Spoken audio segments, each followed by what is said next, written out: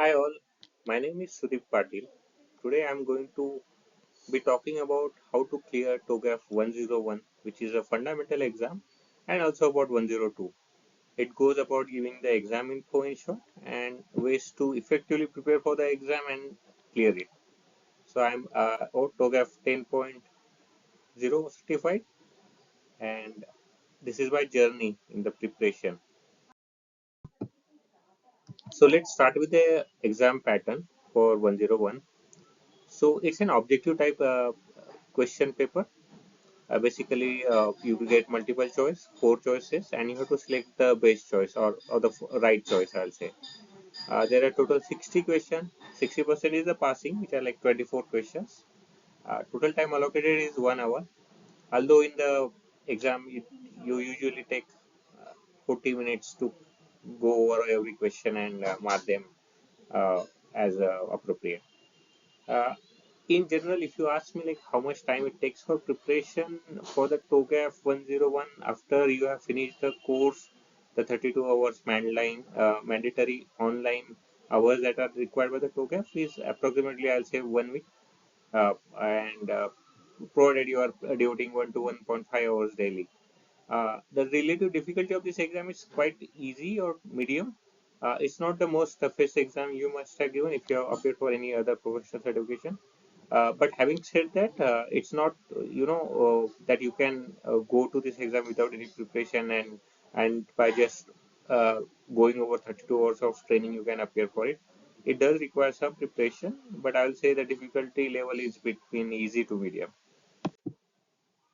Now, how I went over it is basically I did went over the official material supplied by the TOGAF, which was C220 Part 1 E PDF, which talks about the idiom phases, the other methodologies, and the important diagrams.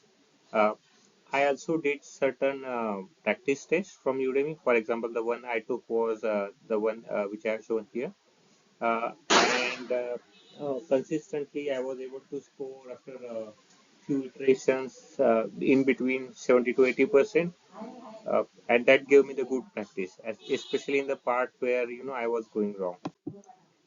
So tips about preparing this exam is you have to understand the definition and the diagrams. You have to understand the diagrams and remember them because many questions might come around the diagrams and start talking about which block represents what, those kind of question. I'll recommend doing the handwritten notes. It's very important step because as we write things with our own hand and with maybe pen, pencil, and different color, it forms a neuron connection in our brain, which helps us to easily remember those concepts. So I have practiced the diagrams. I have practiced writing few definitions because those definitions are also important. uh, when to know you are ready, if in any practice test you are able to consistently get 80 to 90%, that's a good point for you to understand that you are ready to go for this exam. Now let's talk about clearing 102 EA practitioner. Now remember that this is the second part of the exam. The fundamental is there, although they are not required to be taken in the sequence. If I understand, I took both the exams on the same day. One fundamentals and later in the afternoon the 102 EA practitioner. Talking about the exam, now this exam is slightly difficult, or I'll say moderate to difficult.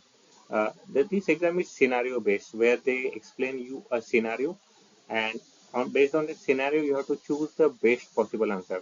Uh, the the reason why this exam is difficult is because there's only one wrong answer and there are three correct answers, but their correctness varies. So most correct answer has 5 marks, the second one has three, and the comparatively less correct answer has one, and the incorrect answer has 0 marks. So that makes it slightly difficult because you have to pay attention to the wordings of the options and what it is, what phase is asking, and what is required to be done. Again, this has 60% passing, so basically you require 24 marks total. So total time for this exam is 90 minutes. Approximately it takes, so basically whenever you are doing fundamentals, right? So that will inherently prepare you for the practitioner also. But On top of that, you have to do the extra practice. So it will take approximately 2 to 3 hours daily. As I mentioned, it's relatively difficult, medium to difficult exam. It's not the most easiest exam that you have given. Uh, you can compare it to the AWS Certified Solution Architect exam difficulty if you have given that. How I went over it is you have to go over the again the standard guide. That is very important. Uh, this exam specifically tests your ability to understand the different ADM phases, and how to apply those ADM phases to the given scenario. And it is very important to know what are the artifacts produced in each of the ADM phases, because those artifacts names can give you clue to choose the correct option. So how I did it, I created a based on the understanding while I was going through a course. I created a mapping table, a handwritten table in my textbook, where I talked about phase, the input, output steps, and artifacts produced. So this I felt was the most important step, which gave me very good preparation on understanding where to which phase, where to fit in what phase of the problem statement. I also went through one refresher course apart from the training that I already went through 32 hours. So it was kind of it was course from the Scott Duffy. It was 3.5 hour course. I'll say in nutshell it was a pretty decent refresher course, which formalizes your understanding much better. You can go over some practice test pack. Like in the Udemy, there are a couple of them which are available, which are good. You have to again keep giving those practice tests. You have to give multiple scenario. You can take help from ChatGPT to analyze the answers much better, because ChatGPT gives you uh, way of thinking about how do you break down the problem, in which phase the problem is, and in which phase it's asking us to provide a solution for. So overall, I did rely on ChatGPT Perplexity to educate me further. You can ask the cross question. Uh, and one important things, or one thing which helped me crack this exam is my buddy Amit Datta. He was also giving this exam, and while giving this exam, we both before for the preparation, we used to sit together. We used to put down a timer for each question 10 minutes as is given in the exam, and we used to go through scenario, come up with the answer, and debate with each other on which one is the best. So that helped us form the understanding much better. So if you are able to find a buddy to go over and do this, I think that will be one very good tip for you to apply practically. Plus, you can so when you are prepared, how to know when you are prepared? So by solving the new questions, if you are able to consistently get the best or the second best answer, so that is more of an indication that you are kind of prepared for this exam.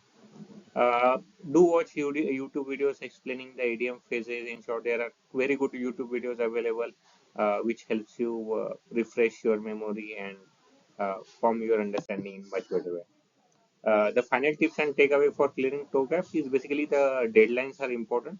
So what approach we did is we booked the exam first, as long as soon as we have done with the training for TOGAF 32 hours. So we booked the exam without even preparation first. We booked the exam slot 2 weeks later in advance, and that put us a pressure on us to go and prepare and read for this material. This is also definitely not the most easy material to read and understand, but having some deadline on top of that helps you have enough motivation to go and read it. Uh, we did both the exams on the same day, and we find it useful because 101 kind of refreshes your all the concept, and then you apply those concepts in 102. Plus, the preparation required for both the exams is relatively same, so it doesn't make sense to put that effort twice. So it's better to put that effort once and give the both exam. And all the best. It's not the most difficult exam. So 101, as I mentioned, is not the most difficult, but 102 is, but it's not impossible. And I will say the iteration, basically you have to practice again and again. So iteration is a silent architecture of genius. Thank you. Bye.